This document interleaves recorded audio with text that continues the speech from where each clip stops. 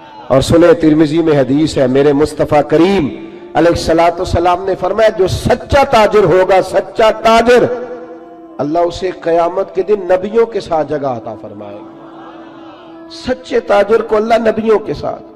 تو بھائی عجیب و غریب معاملہ ہے۔ میں ایک محفل میں تھا چند دن پہلے، تو نقیب محفل نے میرا نام لیا۔ آپ کو پتہ ہے یہ محبت والے ہوتے ہیں، سنگین نقیب جو ہوتے ہیں، پیار والے لوگ ہوتے ہیں، ان کی بھی ڈیوٹی ہوتی ہے نا تعریف کرنے کی، ان کی مجبوری انہوں نے کرنی ہے، یہ نہیں کریں گے تو ناراض ہو جائیں گے لوگ۔ تو اس نے کچھ ایسے پتہ نہیں کہاں سے بیچارہ رٹا لگا کے یاد کر کے آیا تھا، وہ سارے اس نے نا سارے القاب کٹھے کر کے تو میرے نام سے جڑ دیے۔ اب میں بڑی دیر تلاش کرتا رہا کہ ان القابات کے اندر میں بھلا کہاں پہ ہوں۔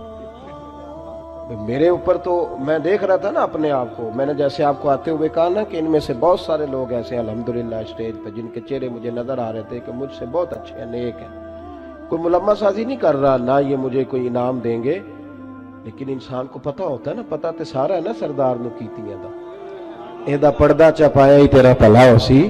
میں تجربہ کر رہا تھا کہ جتنے لوگ بیٹھے ان میں سے بہت سارے ایسے لوگ ہیں جو اہل خیر ہیں، لیکن میرے بھائی اب وہ ڈھونڈنا پڑتا ہے نا اتنے بڑے القابات کے اندر سے کہ اتنا بڑا اس کا وزن ہے اور ہمارا وزن کتنا ہے۔ تو میں نے اس کو بعد میں کہا، میں نے کہا یار یہ تمہیں پتہ ہے تو کیا کہہ رہا تھا لفظوں کا؟ کہنے نہیں میں تو تینہ دا ترجمہ نہیں ہوتا وہ کیا ہے۔ تو میں نے کہا کوئی ضروری ہے آپ مطلب آپ سادہ بھی نام لے لیں گے تو کیا ہو جائے گا، لیکن ان بیچاروں کی بھی مجبوری ہے نا جی، اور وہ القابات وہ ہر روز نقابت کرے گا، ہر ایک کے بارے میں وہی جملہ کہے گا، ہر پیر کے بارے میں وہی فکرہ کہے گا۔ کوئی ضرورت نہیں، آپ سچی بات کریں، آپ کھری بات کریں، آپ دو حرفوں میں بات کریں، انسان کے لیے وہ لفظ کہیں جو روح آپ کی اجازت دیتی ہے۔ اگر طبیعت اجازت نہیں دیتی تو نہ کہیں، کوئی حرج نہیں، کوئی مسئلہ نہیں، کوئی ضرورت نہیں، کوئی کسی قسم کا معاملہ نہیں۔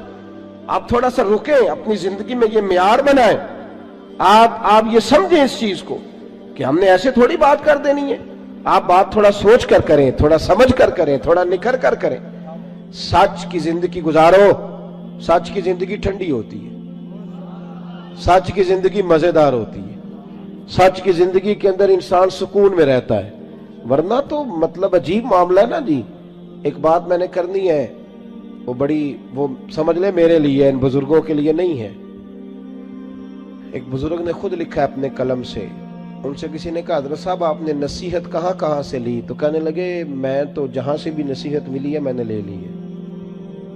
جو ابھی اپنے آپ کو طالب علم سمجھتا ہے وہ کہیں سے بھی لے لیتا ہے، اور جو کہتا ہے کہ اب میں کسی مقام پہ پہنچ گیا ہوں تو اس کے لیے ذرا مشکل ہوتا ہے۔ کہا جناب پھر بھی کہاں کہاں سے؟ تو کہنے لگے مجھے تو طوائف بھی ایک دن نصیحت کر گئی۔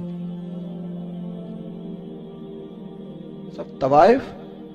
کہاں کس طرح؟ تو فرمانے لگے میں گزر رہا تھا جبے کبے میں، وہ بھی گزر رہی تھی بے پردہ، چہرے پہ کپڑا نہیں تھا، تو میں نے اس کو نصیحت کر دی، میں نے کہا بیٹے چہرے پہ کپڑا ڈال، اللہ سے ڈرا کر۔ کہتے ہیں اس نے اسی وقت نقاب ڈال لیا، چہرے پہ کپڑا رکھا، کہنے لگی میں احتیاط کروں گی، پر بزرگوں اجازت ہو تو ایک بات میں بھی کر دوں؟ کہتے ہیں میں نے کہا بیٹے کر لو۔ تو کہنے لگی حضرت صاحب میں جو ہوں نا میں وہی کہلاتی ہوں، آپ بھی بتلائیے جو آپ کہلاتے ہیں وہ ہیں آپ؟ جو آپ کہلاتے ہیں، جو آپ کو کہا جاتا ہے وہ ہیں آپ؟ میں جو ہوں نا میں وہی کہلاتی ہوں۔ فرماتے ہیں مجھے تو وجد ہو گیا اس کی باتوں، میں چیخ پڑا، غش کھا کے گرا، اور میں نے کہا نہیں پتر، لوگ مجھے جو کہتے ہیں وہ میں ہوں نہیں۔ بڑی ساری چیزیں ایسی ہیں کہ جو لوگ کہتے ہیں پر میرے اندر پائی، میں تو اپنی ویسکوٹ سیدھی کرنے لگتا ہوں نا جب میری تعریف ہو رہی ہوتی ہے، میرا تو دل کرتا ہے کہ شملہ تھوڑا اور اونچا ہونا چاہیے۔ بھائی سچ کی بات کریں، کھری بات، پکی بات۔ یاد رکھیں کہ جب پردے صبح قیامت کھلیں گے تو پھر حالات مشکل ہوں گے۔ آپ سچے رہیں، سچائی کا سفر کریں۔ قرآن مجید نے کہا یا ایھا الذین آمنوا اتقوا اللہ وکونوا مع الصادقین، اللہ سے ڈرو، اور اگر صحبت اختیار کرنی ہو تو سچے لوگوں کی کرنا، جھوٹوں کے قریب نہ جانا، سچے لوگ، سچے کھڑے۔ سنیے ابن ہشام نے کیا لکھا ہے، سچ کا معیار کتنا بلند ہوتا ہے اور یہ قربانی کتنی مانگتا ہے۔ حضرت اسماء بنت ابی بکر صدیق رضی اللہ تعالی عنہ فرماتی ہیں کہ میرے ابا جی نا میری ڈیوٹی لگا کے گئے تھے کہ بیٹے میں حضور علیہ السلام کو لے کے غار ثور میں جا رہا ہوں تو میرے نبی کریم کو نا تازہ کھانا ملنا چاہیے۔ یہ محبت کا لفظ بولنا بڑا آسان ہے پر اس کی پاسداری بڑی مشکل ہے، اوہو بڑی مشکل۔ تازہ کھانا، آج نا حاجی سویرے سویرے جاتے ہیں عمرے والے اور صبح صبح 2-4 بوتلیں لے جاتے ہیں، غار ثور پہ جا رہے ہیں۔ اب رستہ بھی بن گیا ہے، دن کا وقت بھی ہوتا ہے، رستے میں بھی 2-4-5 جگہ پانی پینے کا بندوبست ہے، بوتلیں ملتی ہیں، پھر بھی حاجی واپس آ کے بڑھ کے مارتے ہیں۔ میں جی الحمدللہ سویرے ہی چلا گیا، بس 2.25 گھنٹے میں پہنچ گیا تھا، مسئلہ ہی کوئی نہیں، میں پھر آ گیا۔ بڑے لوگ رہ گئے جی آپ گئے تھے جی، وہ 10 سے اوروں سے بھی پوچھتے ہیں آپ گئے غار ہرا پہ یا غار ثور پہ؟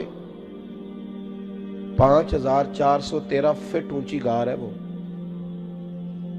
اور آج بھی صبح کے وقت لوگ جاتے ہیں تو پتہ نہیں 15-18 جگہ پہ رک کے سانس لیتے ہیں، پانی پیتے ہیں، پھر بھی مشکل ہے، اور دن میں جاتے ہیں۔ اس وقت تو رستہ بھی کوئی نہیں تھا، آج بھی جنگل ہے۔ جاگ رہے ہیں آپ حضرات؟ سمجھ آ رہی ہے میری باتوں کی؟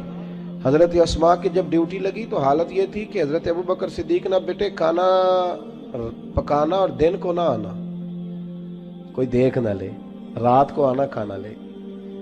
یہ آپ کا ہستا بستا گاؤں ہے، پر 10 بجے رات کو جوان بیٹی اگر ماچس لینے چلی جائے نا دکان پہ تو سویرے شور مچ جاتا ہے، اور باپ ہو سکتا ہے کہ پھر محلے والوں سے نظریں نہ ملا سکے کہ جوان بیٹی۔ عشق کا دعویٰ کرنا بڑا آسان ہے، اور یہ سپیکر جب میرے ہاتھ میں ہوتا ہے تو میں کہتا ہوں ایسے کر دوں گا، میں وہ کر دوں گا، پھر سپیکر کہیں پگڑی، یہ باتیں کرنی تو آسان ہے، جوش دکھانا تو بڑا آسان ہے، پر عمل کرنا اللہ چوں بگویم بمسلمانم بلرزم۔ جب میں کہتا ہوں میں مسلمان ہوں تو میں کانپ جاتا ہوں، جب میں کہتا ہوں یہ لفظ کہ میں حضور کا دیوانہ ہوں۔ اقبال کہتے ہیں مجھ پہ کپ کپی طاری ہو جاتی۔ سنو اور یاد رکھو، حضرت اسماء کہتی ہے ابا جی نے ڈیوٹی لگائی رات کو کھانا پہنچانا، متی میں کھانا پکاتی، پھر میں مکے کی گلیوں میں دیکھتی دنیا سو جاتی رات کے وقت۔ بیٹیاں تو بڑی پیاری ہوتی ہیں نا، اور پھر رات کو بیٹی نکلے، اور عام گھر نہیں، سردار کی بیٹی۔ فرماتی ہیں کبھی کسی نے دستک ہی نہیں دی تھی، کسی کی طاقت ہی نہیں تھی ابوبکر صدیق کے دروازے کو دیکھے، لیکن ایک دن میں کھانا پکا رہی تھی تو میرے دروازے پہ شور ہوا۔ فرماتی ہیں شدید پریشانی کے عالم میں دروازے پہ گئی تو ابو جال کئی لوگوں کو لیے دروازے پہ کھڑا تھا۔ میں باہر نکلی، کیا بات ہے؟ تو کہتی ہیں بڑے مجمع میں اس نے پوچھا، کہنے لگا کہاں گئے ہیں ابوبکر صدیق، کہاں گئے ہیں نبی کریم علیہ السلام کو لے کر، بتاؤ۔ نوجوانوں ذرا غور کرنا، بات بات پہ جھوٹ بولنا کوئی نفع نہیں، پھر بھی جھوٹ، کہاں گئے ہیں؟ تو جناب اسماء کہتی ہیں کہ اب میرے سامنے 2 رستے تھے، اگر میں کہتی تھی کہ مجھے پتہ ہے تو میری وفا اجازت نہیں دیتی تھی، یہ تو ابھی جا کے حضور علیہ السلام کو تکلیف پہنچائیں گے۔ اگر میں کہتی تھی، میری باتوں کی سمجھ آ رہی ہے آپ حضرات؟ ذرا غور کریں کیا کہہ رہا ہوں، اس بات کی نزاکت کو سمجھیں۔ اگر میں کہتی ہوں کہ مجھے خبر ہے تو یہ تو تکلیف دیں گے، اگر میں کہتی ہوں مجھے پتہ نہیں تو یہ جھوٹ ہے، اور حضور اس کی اجازت نہیں دیتے۔ کتنا مشکل کام ہے، کہاں کھڑے ہو کہ کہاں سچ بولنا، اس معیار پہ، اس میدان پہ سچ بولنا۔ کہتی ہے مکے کا چوک، چاروں جانب دشمن اور میں اکیلی، اور وہ بھی عورت۔ فرماتی ہیں پھر میں نے اپنی ساری ہمت جمع کی، ساری طاقت اکٹھی کی، میں نے فیصلہ کیا کہ میں جھوٹ نہیں بولوں گی کیونکہ میں ابو بکر کی بیٹی۔ فرماتی ہیں میں نے ارادہ کر لیا، اب میں وفا بھی بچاؤں گی، دین بھی بچاؤں گی۔ اس نے پوچھا بتائیے کہاں ہے، جب زور سے بولا تو میں نے کہا ابو جان سن، پھر سن، مجھے خبر ہے وہ دونوں کہاں ہیں، پر تیرے اندر طاقت ہے تو پوچھ کے بتا، میں تمہیں بتاؤں گی نہیں وہ دونوں کہاں ہے طاقت تو پوچھ کے بتا۔ ہاں جے محبوب بلاوے ایک دم تے سر نو پیر بنائیے، وہ سر منگے تے سر دے دئیے، پھر کدے بھی دیر نہ لائیے، تے یار دا کدے بھی گلا نہ کریے، پاواں سینک دے ہی مر جائیے، او سجنا یا تے لائیے ہی نہ، تے جے لائیے تے پھر توڑ نبھائیے۔ کہا بتاؤں کہ نہیں؟ بھرے بازار میں، مکے میں ابو جال کو یہ بات کی۔ جب انسان دلیلوں سے عاجز آتے ہیں پھر لڑائی کرتے ہیں،